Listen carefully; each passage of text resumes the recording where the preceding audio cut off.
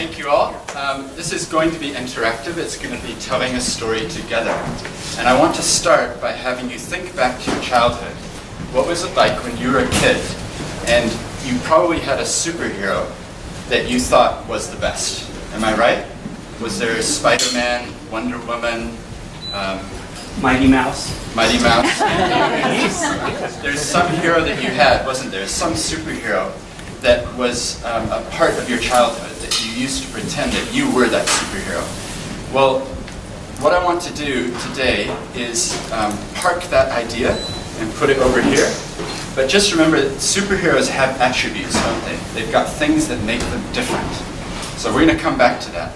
And I could end this talk really quickly by giving you this missing ingredient, because it's capital, it's money. But that would be pretty boring. And it would be a really short presentation. Maybe that would be good, but we could end right now. The money does it. But what I need is some volunteers. So the first volunteer, I need someone who likes to spend money. Is there anyone who likes to spend money? Yes, sir. Would you like to spend the money? Yeah. Yep, can you come up? Oh, cool. You get to hold this. Does he get to spend it? Well, we'll see. So can you come and stand over here? Not too close to the exit. Not too close to the... And can you also hold this, please? So this is our investor. Well, I've been Okay. investing. Yeah, that's pretty good. It's a change. Okay, so we have an investor. We're going to need some other characters to tell our story. Now, one of the things that's important is to just set the groundwork. What are we even talking about? What is a social enterprise? I think Akina have a great definition. They talk about purpose, a purpose-driven organization that has something to do for society, maybe environmental. So it's beyond just making a profit. I think that's a really good starting point. So does anyone here have an idea that might qualify in that criteria? So you personally have that. There's one, yeah? Anyone else? I know there's one here. Yeah? Okay, great. Now, does any of you know someone who has an idea? It could be a friend, a relative. Anyone else? Yep. Okay, so there's more hands. Do you think that New Zealand has more to offer in this area? Do you think statistically that there's more goodwill out there? It's actually true, it is. So if you're interested in this area, this was the JB Weir New Zealand Cause Report. It was issued about 2 weeks ago. The statistics in there say that in Australia, for every 422 people, there's one charity. So what do you think in New Zealand? What's it going to be? UK is similar. What's that? 100. Yeah, it's actually 168 people. There's one charity. So you can see a vast difference there. And that has to do, Canada, the UK, other countries, it's very similar, the statistics. And I think that definitely shows us that there's a lot going on in New Zealand. There's a lot of good ideas. But the problem that I see is that we don't necessarily have the right legal structures for it. So I'm going to need some more volunteers. Can I get someone who's willing to come up the front? Yep, okay. Preston, you get to be a company in our little story. Over here. Hold that. I need another volunteer. We got, yep, thank you. Why don't you stand right here? You are a trust structure. Now, I'm going to pick on someone because I've talked with them before about their social enterprise. So Beck, would you mind coming up? And can I get you to do like the 10-second version of your... So Kuma and Co, Kuma 100% common, they're weaved by women in the rural villages in Cambodia. They're the national symbol, they have 60 uses. So my business partner goes out to the rural villages and buys them for women, and then we sell them here, and our profits go to education for girls and opportunities for women. Woo! This is going to be your title, because you've had the good idea. Now, let's just review our options here. You've got the good idea, but what structure are you going to use? Is it going to be the trust structure or the company structure? So remember at the start we talked about superheroes and how they have different attributes, Spider-Man, Superman. Each of these legal structures have different attributes as well. So the key attribute for the company, or one of the keys, is that it's a for-profit entity. It's there to make money, to return profits to its shareholders. So on that side, we've got the for-profit option. With the trust structure, you tend to be not for profit, and you don't even have shareholders usually. And the purpose is what drives the organization. They're after some type of a purpose. So you as the innovator, you've had an idea, and I think if I hear what you're saying right, you actually think you can make money through this. Yeah, and you can come see her afterwards if you want to buy one. You're actually planning to make some money. Yeah. And yet you also have a for-purpose goal. Yeah. So let's just concentrate, let's split them. If you're about money, which structure are you going to choose? Yeah, you're going to align that way. How about the for-purpose? Which way are you going to lean? Yeah. Both. Yeah, To be both. fair. Okay. Because well, my weavers on my company and they're doing well, but they've got weavers wanting to do it. Yeah. Okay. Well, so this is why we're telling a story and we're doing it together, because I want you to be able to come to the conclusion that we're kind of reaching here, is that maybe there's something here. But before we do that, I just want to try an experiment.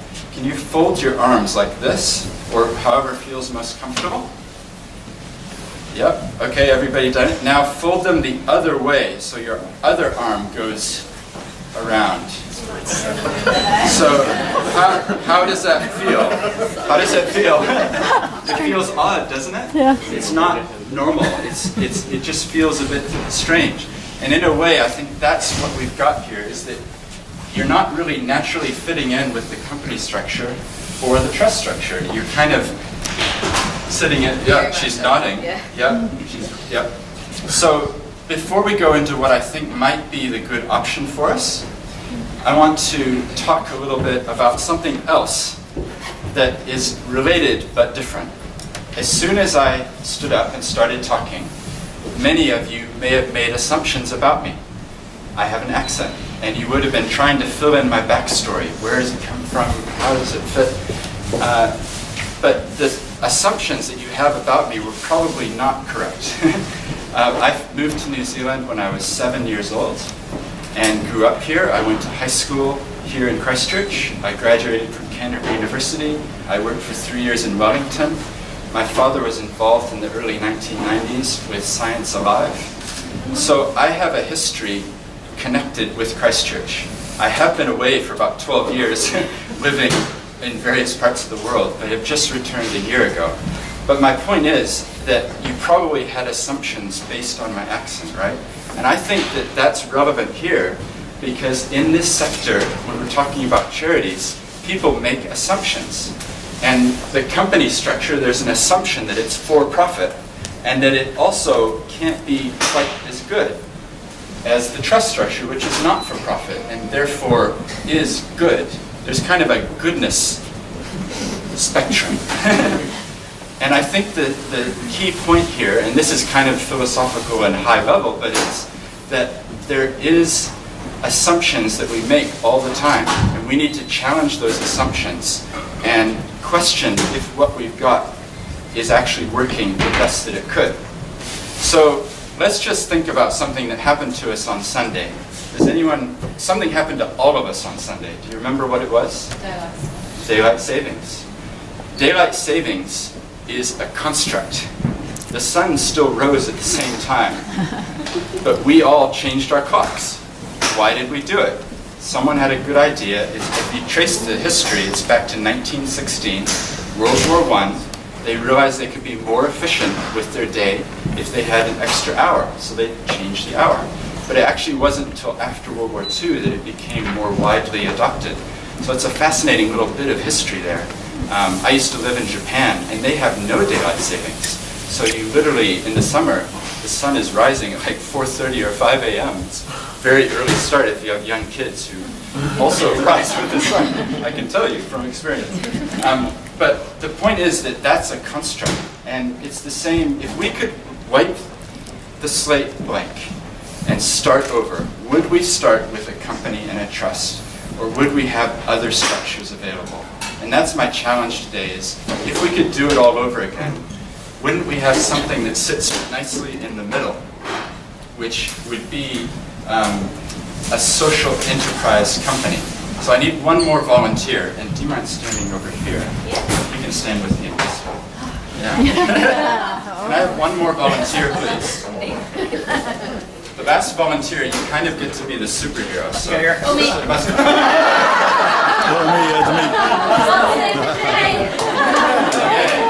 What's your favorite superhero that you have? Oh, I was funny enough. I was thinking who I wanted to be when I was little, like Mariah Carey. I don't know if that's gonna apply here. Let's say Wonder Woman. Okay. Let's say Wonder Woman. Wonder Woman. Yeah. That's fine. So there you go. Mariah Carey, Wonder Woman. You're a social enterprise, but you're a new form of entity. You're a new structure. You're taking the best bits of the company and the best bits of the trust. So let's just review what those might be. The first thing is that you can return profits to shareholders. So you're kind of taking a bit of that. But you also have purpose. And in your constitution, you have to write down what your purposes are. Not only that, you have to report about your purposes. And there's some accountability there. So those are some of the criteria, as well as that you are able to receive grants from foundations, which is a big attribute here, by the way. So foundations don't typically like companies because remember there's assumptions. They assume that's for profit. So that's an option there. So let's just take a breath. Where did we get to today? We've been through that. We've got the investor, the innovator. They're probably not really fitting neatly as a trust or as a company. Maybe it's time to disrupt things. We have the Social Enterprise World Forum happening here later in the year. Isn't that the best time to be discussing this, to be pushing and questioning? Should there be a new form of entity which would be really catered and specific for social enterprises? I think there should be. And I'm hoping that this has educated you all so that you can go out and have meaningful conversations and we can at least start the discussion. Thank you.